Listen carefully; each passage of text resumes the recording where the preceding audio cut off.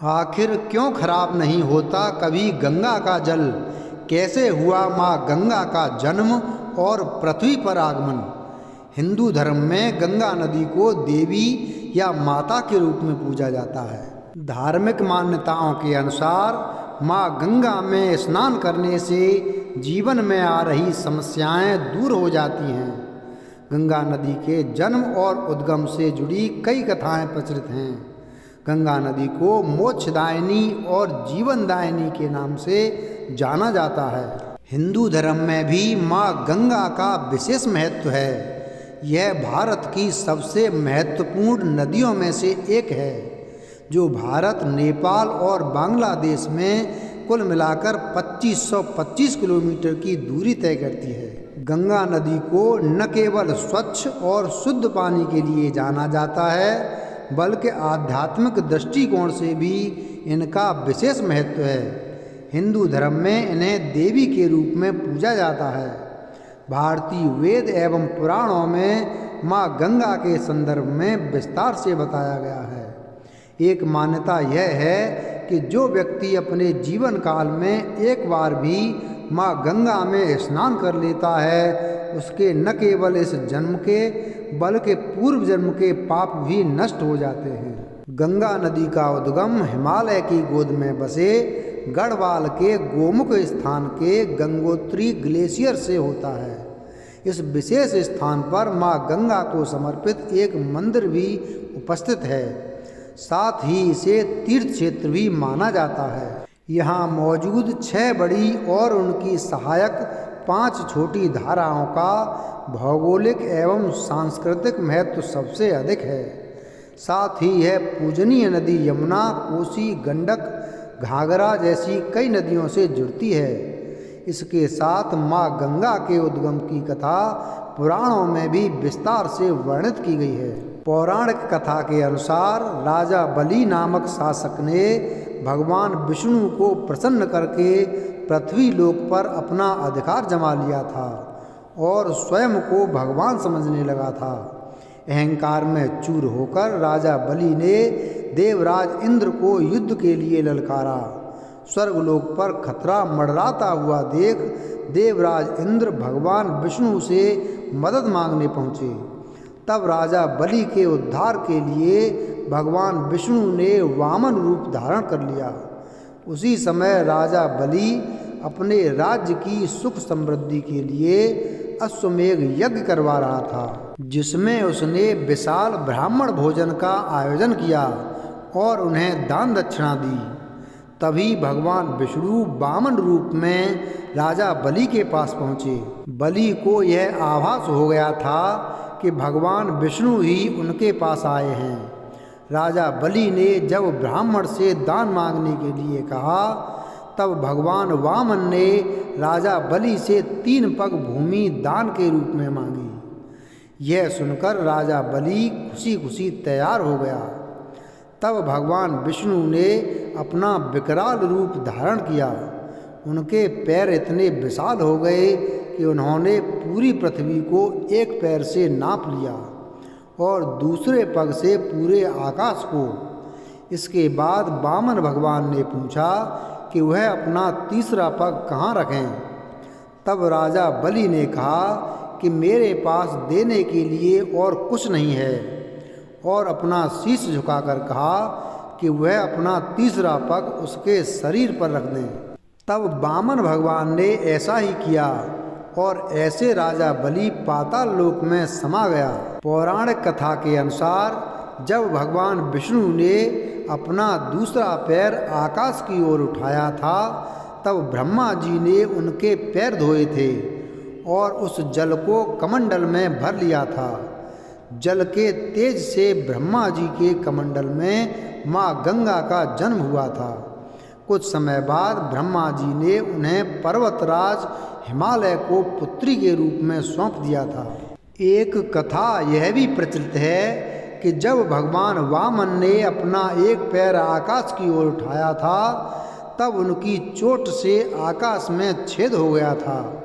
इसी से 3 धाराएं फूट पड़ी थीं। एक धारा पृथ्वी पर गिरी, दूसरी स्वर्ग में और तीसरी पाताल लोक में चली गई। इसलिए माँ गंगा को त्रिपथगा के नाम से भी जाना जाता है। गंगा नदी के धरती पर आगमन की एक कथा यह प्रचलित है कि प्राचीन काल में सगर नामक प्रतापी राजा हुए थे, जिन्होंने अपने साम्राज्य के विस्तार के लिए अश्वमेध यज्ञ का आयोजन किया और यज्ञ के दौरान घोड़ा छोड़ दिया। जब इस यज्ञ का पता देवराज इंद्र को चला तो वह चिंता में आ गए।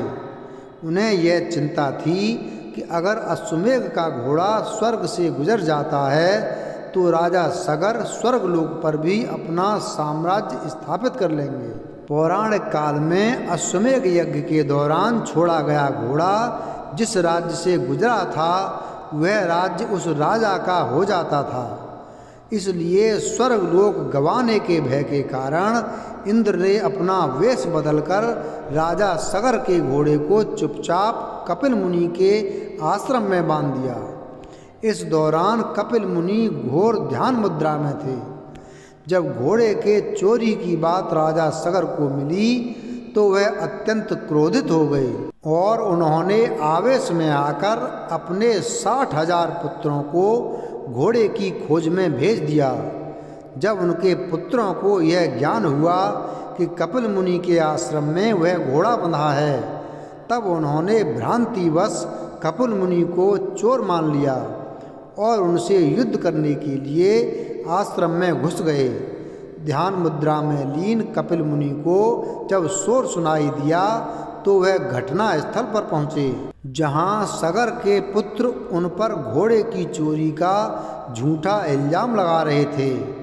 यह सुनकर देवमुनि अत्यंत क्रोधित हो गए और उन्होंने क्रोध में आकर राजा सगर के सभी पुत्रों को अग्नि में भस्म कर दिया और उसके सभी पुत्र प्रेत योनि में भटकने लगे।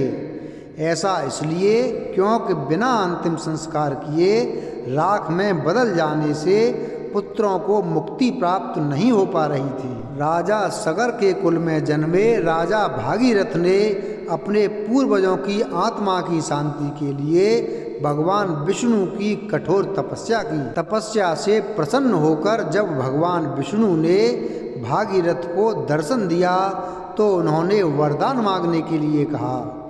भागीरथ ने पूर्वजों की आत्मा की शांति के लिए माँ गंगा को धरती पर लाने की प्रार्थना की। माँ गंगा मृत्यु लोक में आने के लिए तैयार नहीं थीं, लेकिन उन्होंने एक युक्ति सोची और यह शर्त रखी कि वह अति तीव्र वेग से धरती पर उतरेंगी और रास्ते में आने वाली सभी चीज़ों को बहा देंगी। गंगा की शर्त से भगवान विष्णु भी चिंता में आ गए और भोलेनाथ से इसका हल निकालने के लिए कहा। और भगवान विष्णु ने कहा कि भगवान शिव गंगा को अपनी जटाओं में समाहित कर लेंगे, जिससे धरती पर विनाश नहीं होगा।